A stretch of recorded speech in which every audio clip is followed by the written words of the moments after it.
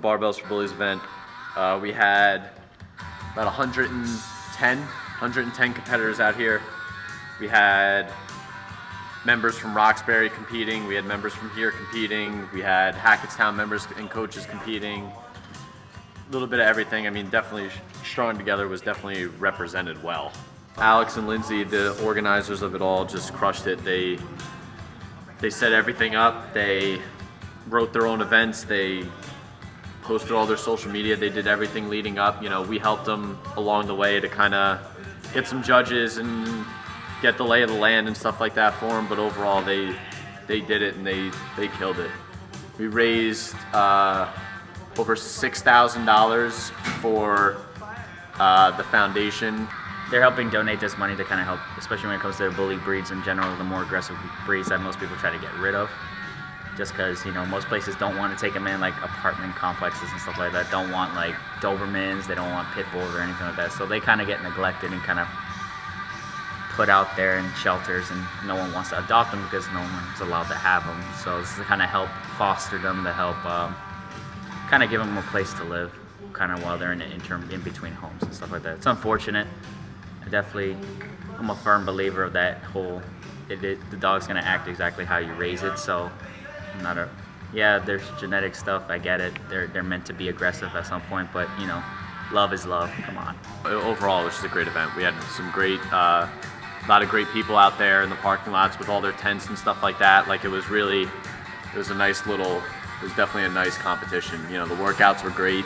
We had some people who it was their first time competing. We had some people who have competed in things like that before in teams, or whether it's individual or whatever they have. But you know, it's a totally different, you know, most people who do CrossFit or, you know, take the all-out class, whatever the case may be, it's come in here, you get an hour and you work out. On competition day, it's a lot different. You know, you have multiple events spread out throughout the day, and you have different heat times, and you have breaks that you're waiting for. So you might do a workout, you take a break, and then you have to do another workout. So it's, for those who it was their first one, I'm sure it gave them a little bit of a taste of what competing and what being a competitor is really like. Like, it's fun to test what you do here every day when you come in here and work out. Like, it's fun to see where you stack up against other people. It's, you know, just like the open and stuff like that. Like, it's fun to test yourself and see where you're at mentally and how you handle it. And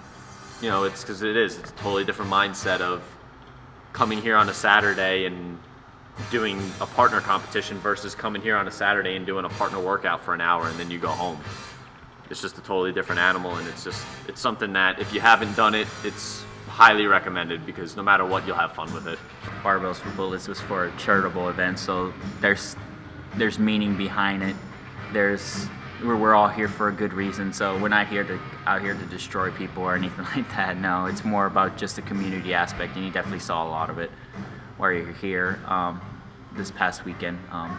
Definitely get that feel, and yeah, it does give you a good taste of competition, especially when you're dealing with people sometimes, like, you know, especially if you play high school sports, play college sports, and you have that little competitiveness, you know, that itch that needs to be scratched every so often. You know, it's a good way to kind of transition into that. It's a nice introduction to it, and this is kind of a good way to kind of measure yourself, like, how do I stack up, not only physically but mentally, like keep myself in the game and just keep fighting, grinding my way through workouts one after another for a couple days in a row, and just see how I come out on the other side.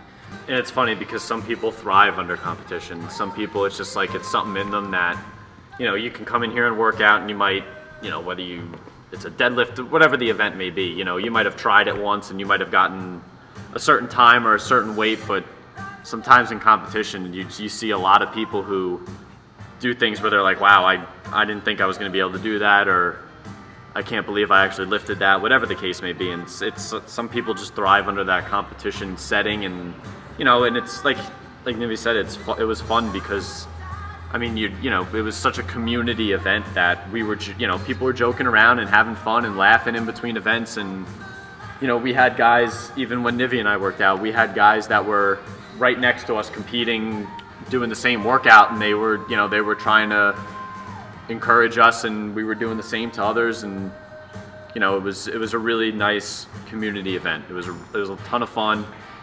I'm sure, I know a lot of people came out and at least took a look, walked through, and at least saw what it was like, but it's a general idea of what a competition's like. There's lanes, there's heats, there's judges, there's timers that are going off, there's heat times, there's scoreboards, there's leaderboards. Like it's not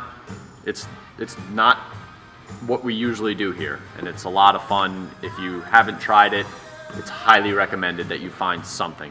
There's local competitions all over the place, all over the state, especially in the tri-state area. You can find anything. Sometimes you might need a partner, but you can find anything to at least see what it's like.